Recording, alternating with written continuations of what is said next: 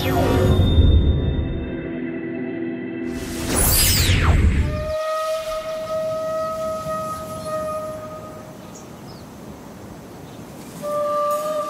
2's campaign game features a large number of advancements and changes over previous Total War games, and this is an era that we've only recently started to talk about and explore a little bit.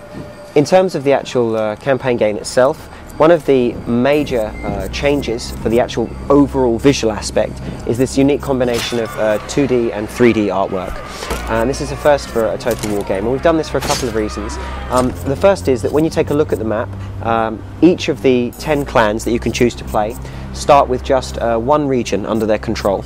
And by rendering that one region in 3D and all other unexplored areas in 2D, you don't get a sense of a huge, overwhelming kind of world space to try and conquer. It adds a sense of kind of mystery and immersion as well. And finally, it's a nice little nod back to the original Shogun, which we created all of 10 years ago, which of course all took place on this kind of 2D cartography style map. So it does a number of different things for us. The map of Japan is very, very large. We've got a large number of different regions in it. It expands out across all of the Japanese islands, and they kind of sit for yours to conquer, as it were. Now, of course, all of the traditional sort of like settlement building, tax raising and farming takes place on the Shogun 2's kind of campaign map. And there are a number of kind of unique differences and changes there as well. Although I greet death, I do not fear the icy grip. So for players who are new to Total War games, it is a unique combination of real-time and turn-based strategy. On the campaign map, not unlike, say, a game like Risk or Civilization, you take your turns as one of the major clans of the period. You administer your empire, you grow out, you build your armies, you tax your people, and you construct new settlements and new buildings and the like. And then, of course, when two armies meet on the campaign map, it zooms down and you then fight that battle in real time. And different to other real-time kind of battles, say something like StarCraft or indeed Command & Conquer, the real-time battles in Shogun 2, of course, don't feature any resource gathering or base building. It's all about managing the army that you take to the battlefield, and that's it. So the real emphasis there is on strategy and kind of the combat. So that's what makes it very, very different. The campaign map also features a large number of different agent types. And all of these have unique special functions that they perform on the campaign map for you. So you will have command of geishas, ninjas, monks, metsuke, and all of these, and generals of course, who lead your armies, and all of these have unique functions and unique things that they can do. Essentially, the big principle behind Shogun 2 is to simplify and balance the game. So every agent has an equal and opposite. So everything they do, there is a counter agent that does something in defense of that. So for example, the ninja is an obvious one. The ninja is an assassin. And it's the ninja's job to go out kind of under subterfuge and infiltration, get into an enemy camp or an enemy army, and destroy an enemy general and or enemy political figure, whoever you see fit. The ninja's opposite is a character called a metsuke, which is kind of a secret policeman type agent. And his whole job is to find and reveal enemy ninjas and assassins and then arrest or execute them. And he gets rid of them on the campaign side. The other thing that we've changed, of course, on the campaign map is we now have a full 4-season kind of campaign turns set of actual seasons on the campaign map. So previously we've had spring-summer / autumn-winter turns.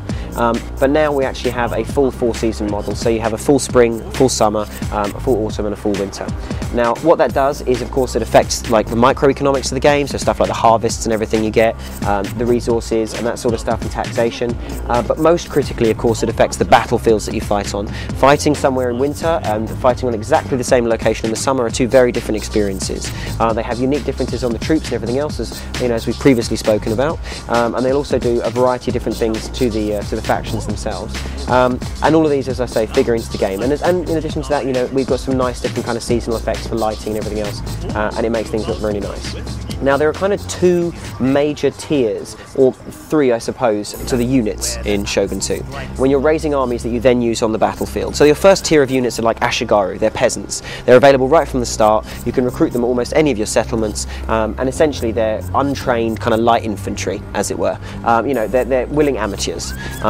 On the other hand, of course, you then later on, as you build up your dojos and increase your kind of campaign map buildings, then like get access to samurai. Samurai, of course, are much more professional warriors, better bonuses on the battlefield and so forth. And finally, if you build all the way to the top of the tech trees, you get access to legendary dojos, and these give you access to what we call hero units, and they are masters of a martial arts style. So they may well be, say, a sword master or a spear master, and on the battlefield they will appear as a single unit surrounded by a small number of kind of retainers or, you know, disciples, as it were, and they fight very, very well when used properly. Without skill. But even so, these foreigners and their guns could give a man power and victory. Shogun 2 features a brand new RPG system for all the characters, and this is something that is absolutely, you know, like I say, a new invention from previous Total War games. Every action the character performs gives the character XP, and each character type, generals, Metsuke, monks, ninjas, geishas, all have unique skill trees in the game. You can then spend those XP points on upgrades to the character. Broadly speaking, each character type has two major kind of career paths, as it were. A ninja's a good example. They have a path that takes them down the road of kind of espionage and spying, or a path that takes them down the road of assassination and murder. And you can upgrade either or. So when you choose to take them down one route, it's mutually exclusive. You say, right, I'm going down the assassin route with this ninja, and within that, I'm going to choose the following options. And that builds a ninja that you need at that time. What we're trying to do by doing that is make the characters a lot more personal and a lot more kind of essential, so that players create characters that they use on the campaign map, and it is a pain in the ass if they get killed, right? And they are useful for certain things. It also makes each one important and unique. If you lose a general in battle, you don't just go, oh whatever, I'll buy another one and chuck him in, because that could have been your siege general or your cavalry general, or, you know, however else you've created them. That's brand new for Shogun 2, and it features you know, very much along the kind of duality lines of the game, the yin and yang sense of balance. So that sense whereby on the technology tree, for example, on the campaign map, you have Bushido technologies for war, and you have Chi technologies for society. And again, you can choose which way down those you go, looking again for a sense of harmony and balance. So this idea of this principle of kind of like balance and, you know, backward and forward is pretty much throughout the game. And if you go too far one way, you'll be extremely weak in another dimension. So the idea is that as a player, you need to think about those things.